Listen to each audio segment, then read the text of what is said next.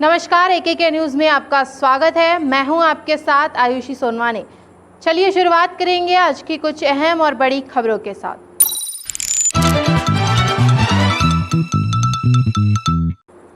News anchor Rohit Sardana ने 42 साल की उम्र में ली आखिरी सांस। राजस्थान के सीएम हुए कोरोना पॉजिटिव। मुख्यमंत्री शिवराज सिंह चौहान का बयान, कहा 3 मई के बाद 18 से ऊपर के सभी लोगों को लगाया जा सकता है वैक्सीन। कोरोना के बढ़ते आतंक के बीच एमपी से राहत की खबर। चिकित्सा शिक्षा मंत्री विश्वास सारंग का कोरोना को लेकर बड़ा बयान। अवैध रूप से रेमडेसिविर इंजेक्शन बेचने पर अस्पताल संचालक हुआ गिरफ्तार। और अब खबरें विस्तार से।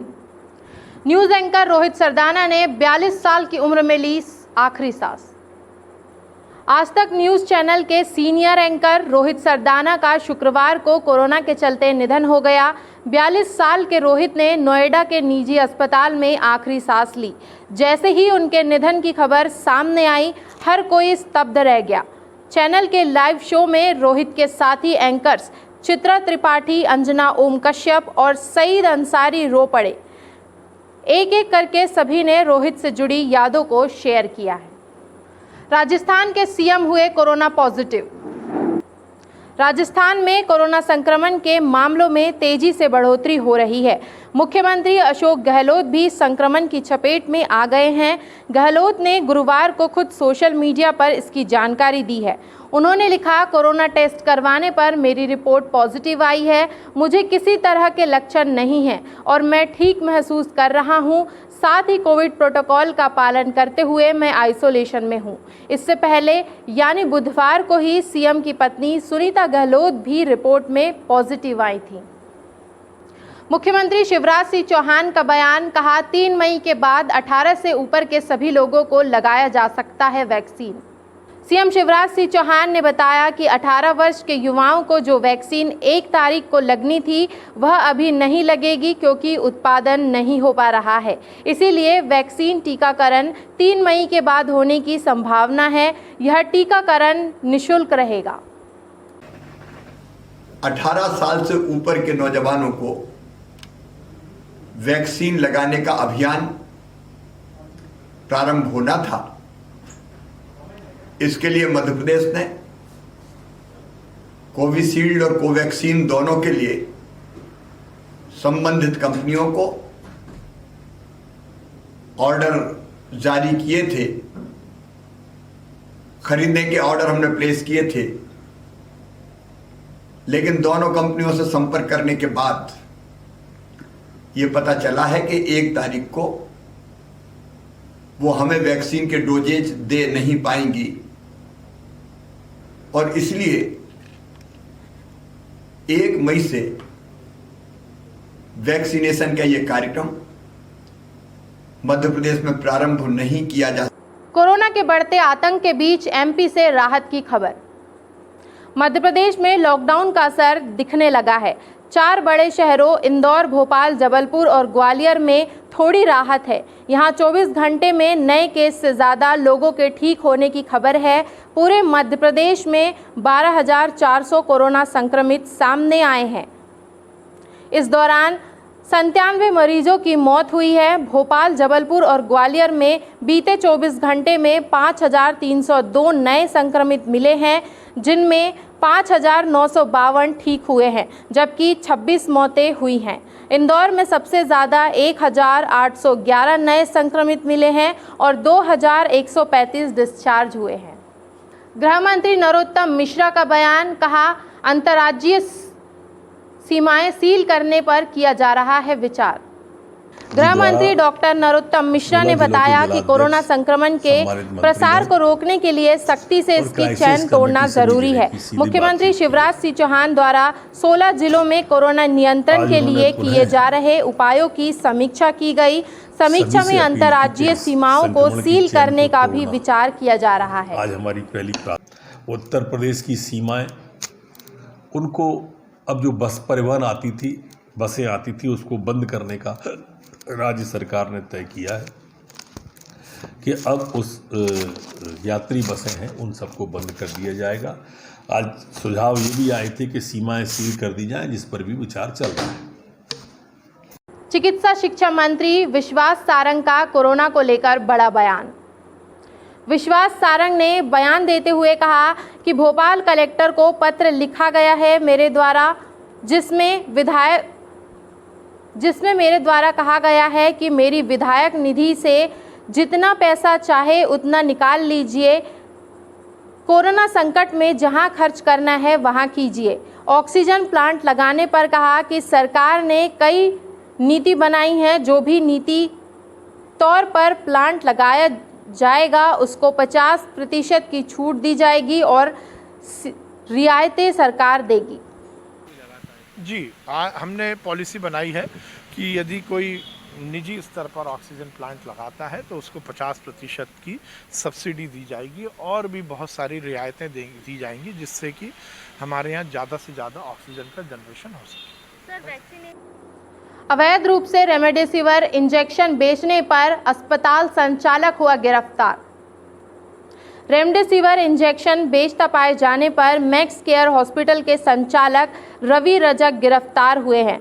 मेडिकल स्टोर संचालक मोहसिन खान और सानू यादव को भी पकड़ा गया है। जानकारी अनुसार प्रशासन से मिले इंजेक्शन की कालाबाजारी कर रहे थे। क्राइम ब्रांच ने ग्राहक बनकर 35,000 में 2 इंजेक्शन का सौदा किया था। क्राइम ब्रांच ने तीनों आरोपियों को 2 इंजेक्शन सहित गिरफ्तार कर लिया है। चिकित्सा शिक्षा मंत्री विश्वास सारंग ने किया कोविड सेंटर का निरीक्षण। मंत्री विश्वास सारंग ने भोपाल के बीमा हॉस्पिटल में बने कोविड सेंटर का निरीक्षण किया। उन्होंने कहा कि एमपी में सुविधाओं को बढ़ाना हमारा लक्ष्य है। ईएसआई भोपाल के अस्पताल को अब डेडिकेटेड कोविड सेंटर बनाया गया है। कोविड सेंटर को आराधना अस्पताल के साथ लिंक किया है। अस्पताल के डॉक्टर गुप्ता निःशुल्क सेवाएं देंगे।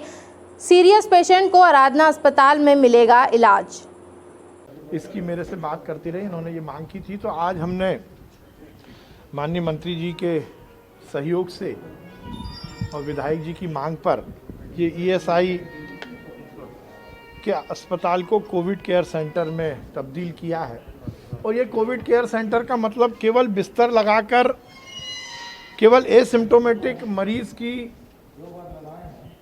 तीमारदारी करना ही नहीं है, बल्कि हमने यहाँ से 1 किलोमीटर दूर आराधना अस्पताल जो है, आराधना किडनी सेंटर, डॉक्टर गुप्ता यहाँ पर उपस्थित हैं, उनसे हमने निवेदन किया था और इस कोविड केयर सेंटर को हमने उस अस्पताल के साथ लिंक किया है। रमज़ान के दूसरे अशरे पर बोले इमाम अबरार साहब। रमज़ान के दूसरे अशरे पर बोले अब्दुल हामिद मंजिल के इमाम अबरार साहब। उन्होंने कहा कि इंसानियत के लिए अमन व शांति की दुआ की अपील की है, सबसे इंसानियत के रास्ते पर चलने का आह्वान किया है और मुल्क के लिए कोरोना को ख़त्म करने की अल्लाह से दुआ भी मांगी है। ईमान वालों से ख़ासकर जो है ये अपील करता हूँ कि अभी जो दिन बाकी रहेगा इस महीने के अंदर अपनी इबादत रातों में अल्लाह से उठकर दुआ मांगे, मग़फ़िरत की दुआ मांगे और पूरी इंसानियत के लिए दुआ करें कि अल्लाह ताला इस महीने की बरकत से, रोज़ों की बरकत से, कुरान की बरकत से, जो पूरी दुनिया में अभी पूरी इंसानियत परेशान है कोरोना की वबा से, अल्लाह ताला इस वबा से तमाम इंसानों को नजात अता फरमाए। विधायक नारायण त्रिपाठी ने लगाए अपनी ही सरकार पर गंभीर आरोप। मध्य प्रदेश के वरिष्ठ विधायक नारायण त्रिपाठी ने अपनी ही सरकार पर आरोप लगाते हुए कहा, इस संकट की घड़ी में सब एक दूसरे की मदद करें और बिना काम के घर से बाहर ना निकले, मास्क लगाए, घर में रहे, सुरक्षित रहे और ज़्यादा से ज़्यादा पेड़ लगाए ताकि ऑक्सीजन लोगों तक पहुंचती रहे। इस भयंकर बीमारी में लोगों की जान बचाना मुश्किल पड़ रहा है। सतना जिला अस्पताल में 16 वेंटिलेटर जिसके अभाव में लोग मर रहे हैं। वेंटिलेटर अभी तक चालू नहीं हो पा रहे हैं, इसलिए सतना के सभी जनता से अपील है कि एक बैठक करें और कम से कम 500 बेड की व्यवस्था तत्काल कराए और जिला प्रशासन एवं मुख्यमंत्री से अपील करता हूं कि जल्द से जल्द ऑक्सीजन बेड, वेंटिलेटर आदि उपलब्ध कराए जिससे सभी की जान बच सके। प्रार्थना करता हूं कि इस महामारी के दौर में आप सब लोग आगे आए और एकजुट होकर इस बीमारी से लड़ने में सहयोग करें।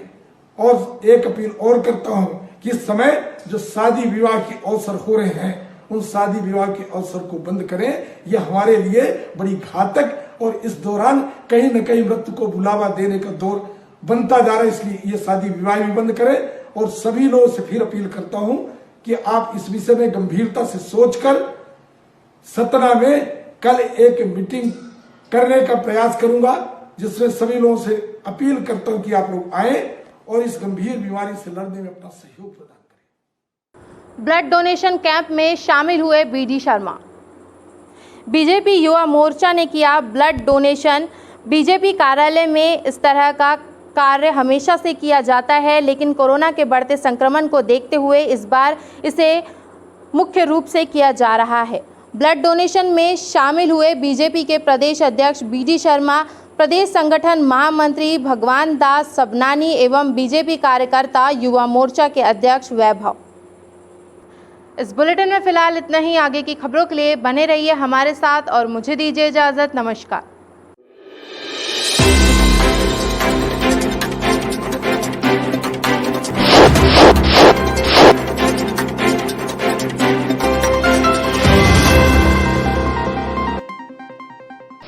नमस्कार, आप देख रहे हैं AKK न्यूज़।